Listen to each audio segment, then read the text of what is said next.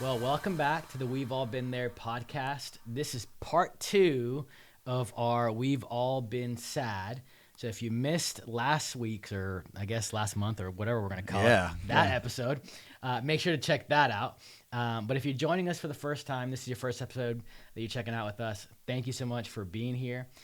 We would just recommend go check out our Spotify, go check out our Apple Podcasts, or even YouTube if that works for you, and check out all of our previous episodes. But we're going to jump right back into this this episode. Yeah, we've all been sad, you know. Yeah. And for those of you that are watching this second episode, you might be seeing it a week or two later.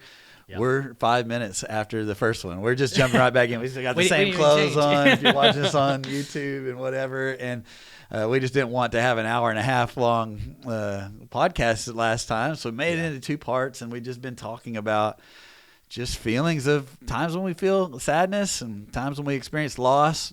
Yeah. And that it's okay.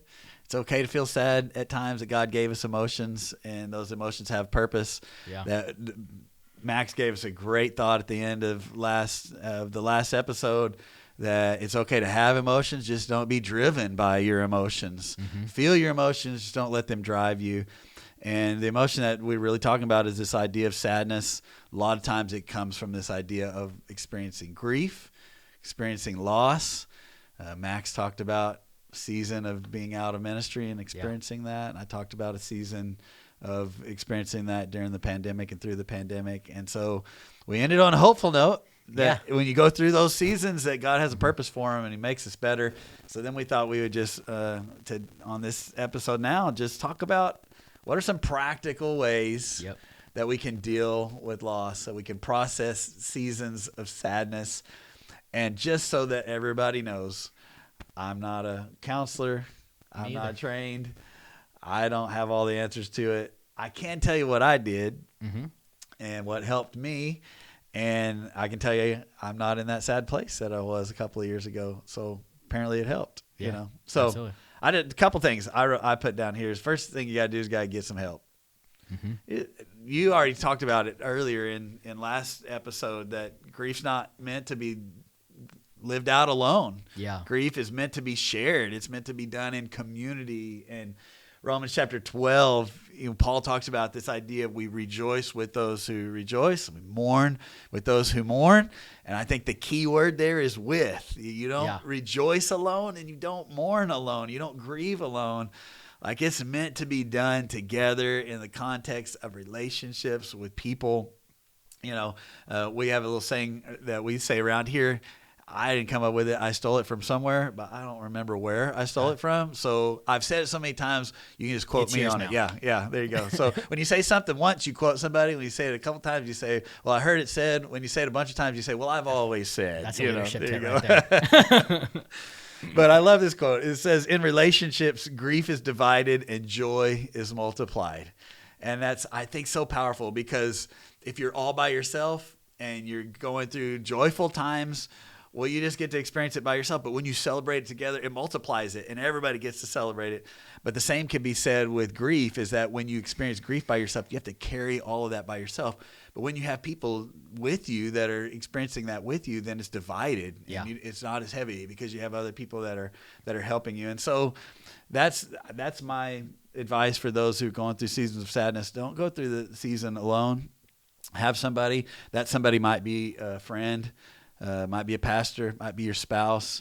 Those are all good, and those can be helpful, but you might also need to have somebody that's professionally trained to help you. You might need a counselor. I talk to a counselor on a regular basis, meet with my counselor every other Thursday, and it has been so helpful to me. And I know with this idea of experiencing loss and grief and sadness, one of the tools that he gave me was this idea of a loss list. And so what we did was I got on my computer or on my phone, and on a note or something, you could write it in a journal or whatever, but just listing out everything that I felt like I had lost in that season. So I just wrote on there, this person left the church, and never came back during COVID, or this was a dream that I had that didn't get to be experienced. And no matter how big or how little, I mean, there were some that were like, big, like someone died. There were also the ones that were like, hey, we were going to go on that vacation and we didn't get to go on it because things were closed down, or whatever that was, whatever it is, and putting it all on a list and just acknowledging that those things are real and those losses are real and giving them to God. And there's something about writing it down that it takes it out of your brain. It's like I was telling somebody recently, if you have a MacBook, if you open an app or something and you don't close it down correctly or whatever, or there's a notification or something, how it'll pop up. It just keeps popping up down in the corner, and it's like it's reminding you, hey, I'm still open. You're like, shut up, whatever.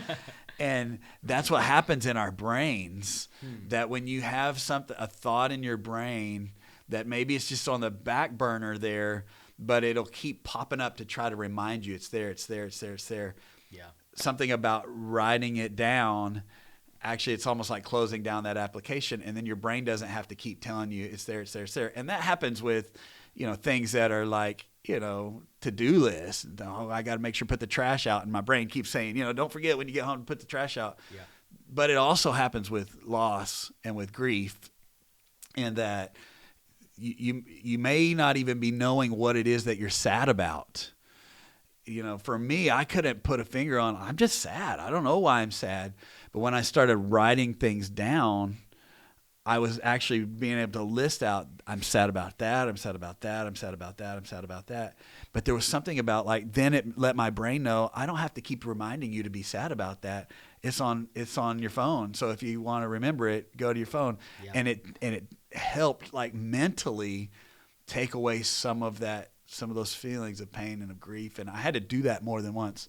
But I say all that to say I learned that by going to a counselor. Yeah. And so I wasn't experiencing that grief alone. I had somebody to help. So yeah, got to get some help. I know for me, as you were talking about that loss list and just even about loss, some losses don't come back. You know what I mean? Yeah. Like if we lose somebody, that loss is permanent. And I think that realization, that truth, also helps us to understand that, like, when you're going to counseling, even if you are in a good place, anniversaries come up of those things. And I may be doing good for 11 months, and then I get to that month where I experience that loss of whatever it is, whether it's a person, whether it's a job. I mean, for myself, I think about June. I think that was the month I stepped out. And I also think about the month that I stepped in. Yeah. When I first started. And those are seasons, those are days, those are weeks where I go, man, I messed up. Or it's a reminder. Man, I lost this, And so I think that's why it's good that you do have a habit of, like, going to counseling. I think that's definitely something that's important. I agree. And even as you're saying that, I spoiled it. Yeah. I spoiled the next point. Oh, you spoiled. That's okay. That's okay. But I think even thinking about the anniversaries and things, that's such a great point, because I don't know why I do this. It's a bad habit, but in the mornings, I'll open up my phone and look at the Facebook memories or the time hop or whatever. And that's March, the middle of March, when everything was happening, in the COVID season, or even like the next year when we were still kind of in all of that and the things that we were doing. Those things are what pop up on my social, and there's a bunch of them because everything was online, so everything was on social. And I have found myself just going, I have to scroll through that. I don't want to, because it does bring back some of those emotions. And so you need somebody. I know there's a stigma about counseling. Hopefully it's getting better. I think so. Because I think it's important that my personal belief is this, that every caregiver should have a caregiver. So if you're a pastor and you're giving care to others, you need somebody giving care to you, you know. And Pastor Scott talks about, one of my mentors talks about how it's like a professional burden bearer. I always like that. It's like I pay this person to listen to me and to help me. And if I want to get better at golf, I get a golf coach. Or if I want to get better at tennis or pickleball or whatever it is you like, you get it.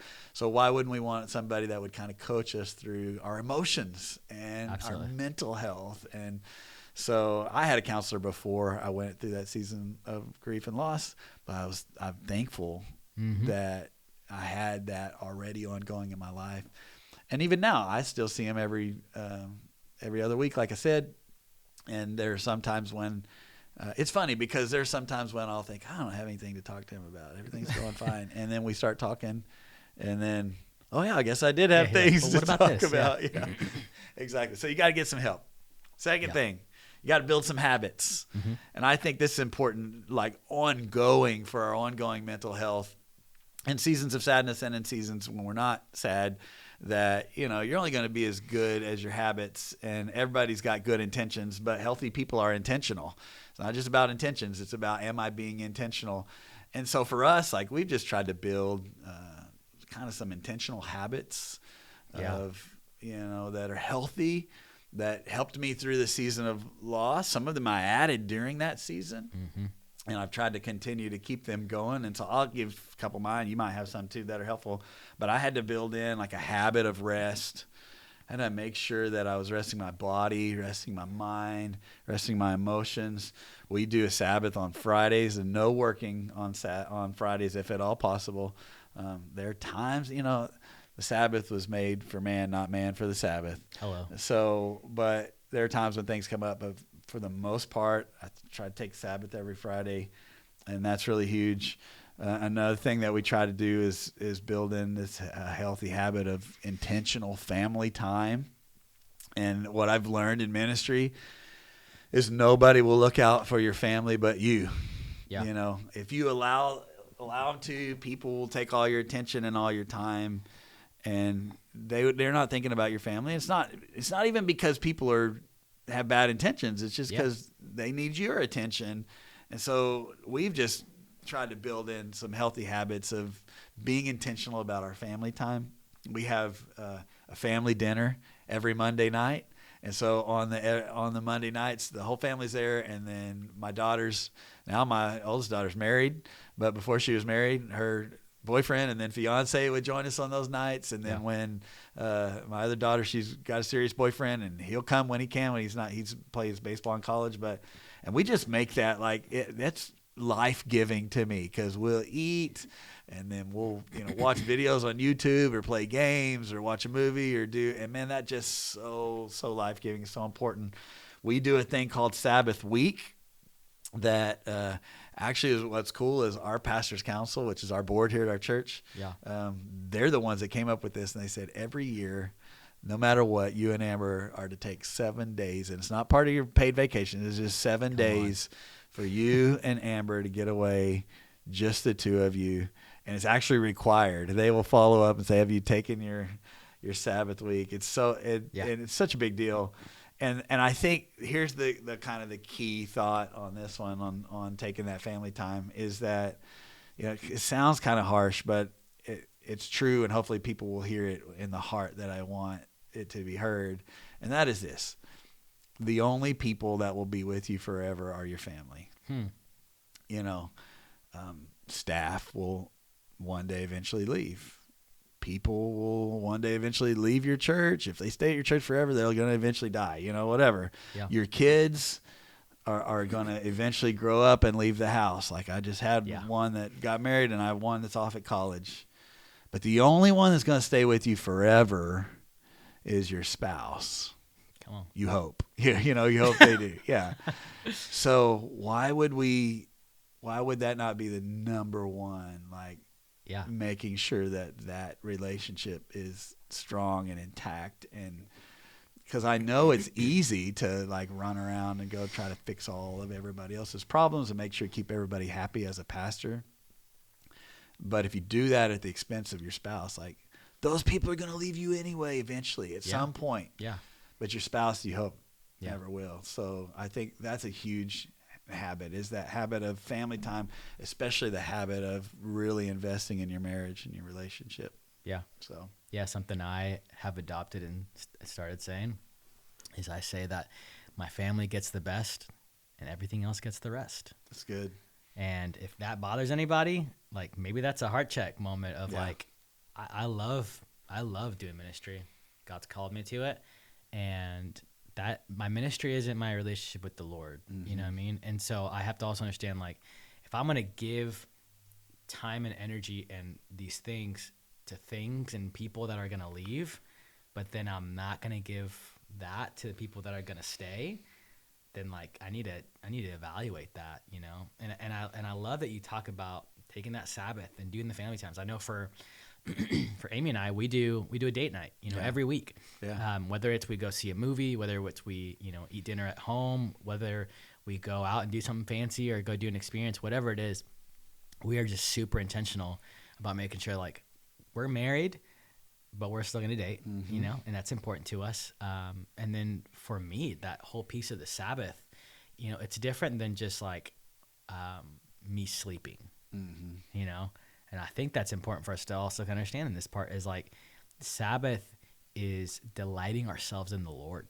Yeah. And so like, what are you doing to have a relationship with him? You know, because we see when he creates Adam and Eve, it's this whole thing of like that Sabbath was so that he could spend time with his creation. It's good. And so it's like, what are we doing on our Sabbath to spend time with our Creator? Yeah. Because I think that gives us that refueling, that joy, that gives us that. So we're back. Delighting yourself in the Lord, and then doing something that you enjoy. That's, you know, I've heard that if you work with your hands, then your Sabbath, you know, it should be maybe something more mental. Yeah. If your work is mental, then your Sabbath maybe needs to be something more physical, you know. Absolutely. And so for me, I like to get out and, you know, play golf or ride my bike, and it's kind of recreation. And that word recreation actually is kind of recreation. Yeah. And so when I do that, you know, it's like it recreates inside of you. It kind of replenishes what you need inside of you, which that's the third one that I had here is the habit of exercise. That's a little different than recreation, but it's just there's something about getting your body moving. You don't have to be super fit, but just getting your body moving. There's a connection between your body and your soul, your body and your mind that are like God made us this way. And so exercise releases those endorphins, makes us feel better, makes our brain feel better. And so, you know, for me, it's just going for a walk, riding my bike, doing some push-ups, playing some golf, whatever that might be to get my body moving. That those habits, they help when you're feeling sad. I know the tendency when we feel sad is, well, let's watch another Netflix show. And are you still watching? Yes, I'm still watching. Oof. I can't believe you asked, you know, and just kind of, and that, I think every once in a while it's okay to just like, hey, I'm curling under a blanket and that's going to be my Sabbath. Yeah. But I think if you do that too often, you're going to kind of end up wallowing in that sadness. But if you'll get your body moving, get outside, get some sunshine, and make those kind of good habits in your life, it can help you through those moments. Like you said, we're not being led by or driven by our feelings. Yeah. We're leading our feelings. Yeah. So. Yeah, I know for me, I mean, I do Orange Theory, and working out for me is like the one moment where I'm not in work mode. Like I can't think. Yeah. Because I got to focus on not dying. And so for a lot of people, that's a great way of like experiencing that, because it's like, if I'm exercising, I'm not working, I'm not thinking. Yeah. Yeah. And I know for me, like even in like what I like to do, I like to go get coffee.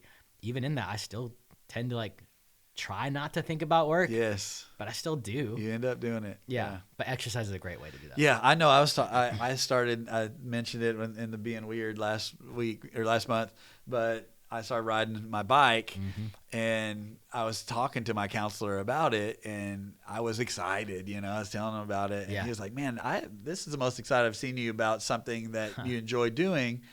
And I told him, I said, like, I was out there for an hour doing that the other day, and it's the only time that I can remember. Even when I go golfing, like while I'm hitting the shot, I'm only thinking about the shot. But then you're driving to hit the next shot in the car, or you're walking to hit the next shot, and you think about other things, or I'm looking at my phone or whatever.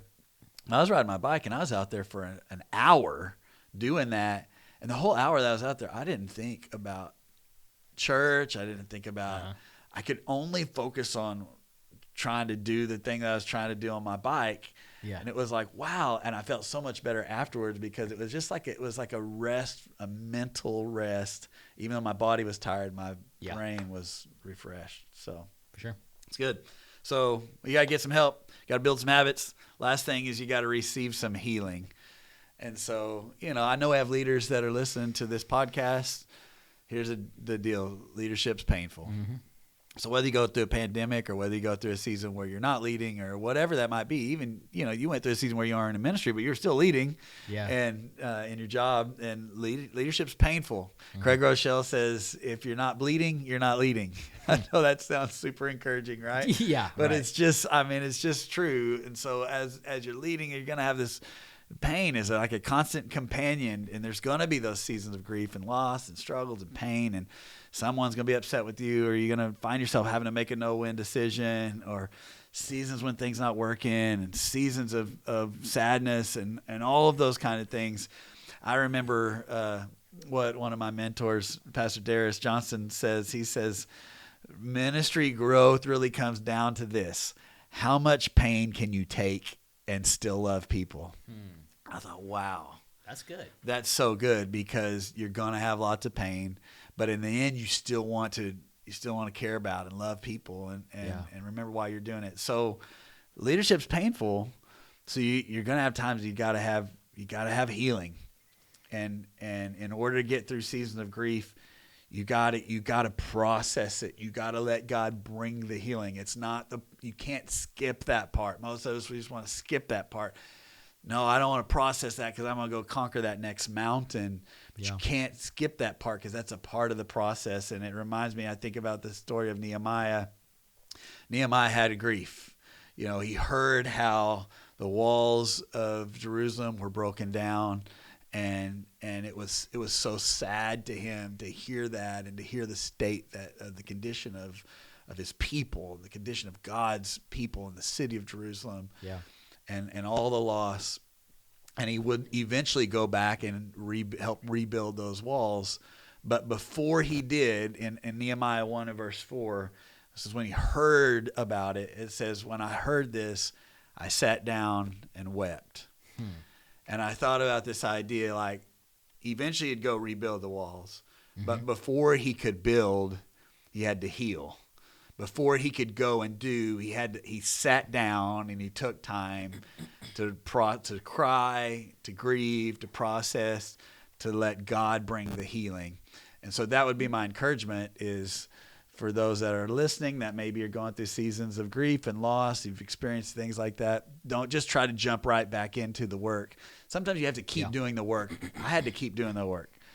But I had to take moments to sit down and weep, sit down and cry, process with the counselor, talk to God, write a loss list, all those kind of things. And God's way of bringing healing is mourning, grieving. Like intentionally, and there's strength and there's healing in that. In Matthew chapter 5, verse 4, blessed are those who mourn, for they will be comforted. So there's a blessing in the mourning. There's a comfort that comes from the grieving. Psalm 147:3 says he heals the brokenhearted and binds up their wounds. So there is a moments of, like, the process is what brings the healing. So don't try to skip the process. Yeah. It's okay to say it's okay to be sad. It's okay to talk to someone about the sadness. It's okay to sit down like Nehemiah did and weep. And then there will come a moment when you get up and you go and you build.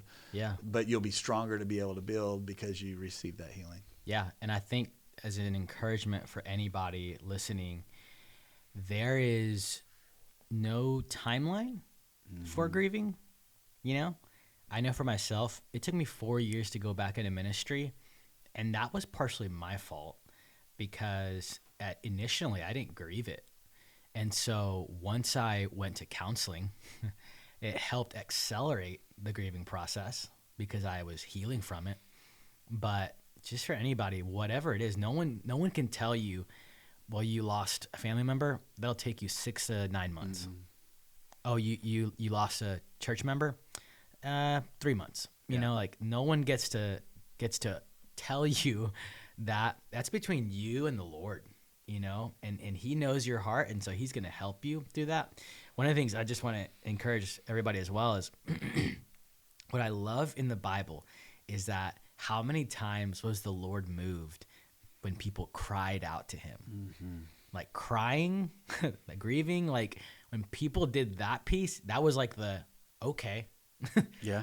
And I think for some of us, if we can heal through that, if we can experience that healing through the grieving, we'll experience the healing. Yeah. But we won't experience it maybe if we don't go through that That's process. Right. And even and Jesus cried too.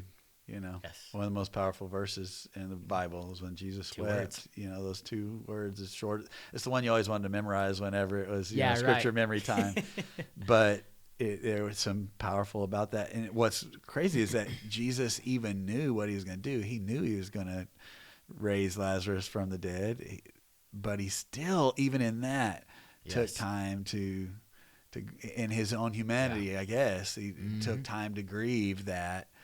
And I think he also was grieving that as a friend to Mary and Martha and to those that were there, because he cared about what they were experiencing so much. Even though he knew he was going to raise him, he still took that time to grieve and to cry. And there is something powerful. But I know some people are not as much criers as others. I know I'm not saying you have to have actual tears, but I do think that sometimes if the tears are coming, you let them flow, and if you have to get up from the table and go say, I'm going to the bathroom, and walk around for 30 minutes. Yeah, right. But you let them flow, because there's just something about getting that out that allows God to bring his healing. Yeah. No, I'm not a crier, but I know the staff has seen me cry, once or twice now, but I mean, Amy too, she can count on her hands how many times she sees me cry. But when I do, I'm a blubberer. Yeah. I cry. And I just let it out. But man, afterwards, I'm just like, I needed that. I really needed to get that out, because for me, I'll kind of build it up, and then it's like all the tears. So there's got to be ways to let those flow out. Cool. So hopefully this is helpful to everyone. I know it is, not the most upbeat subject, but I think it is something that's real that people experience and people go through. And so I hope that it's been helpful to you. And, if you're going through something, reach out to a counselor. Reach out to us. If you need a counselor, we can try to help you get connected with somebody. Or if you just want to give us your thoughts on anything that we're talking about here, share it with your friends, because we want to connect with more people, not just have content, but have community as well. Yeah. Anything else, Pastor? Oh, I think that's good. See you next month. Well, thank you guys for joining us for the We've All Been There podcast, and we'll see you next month.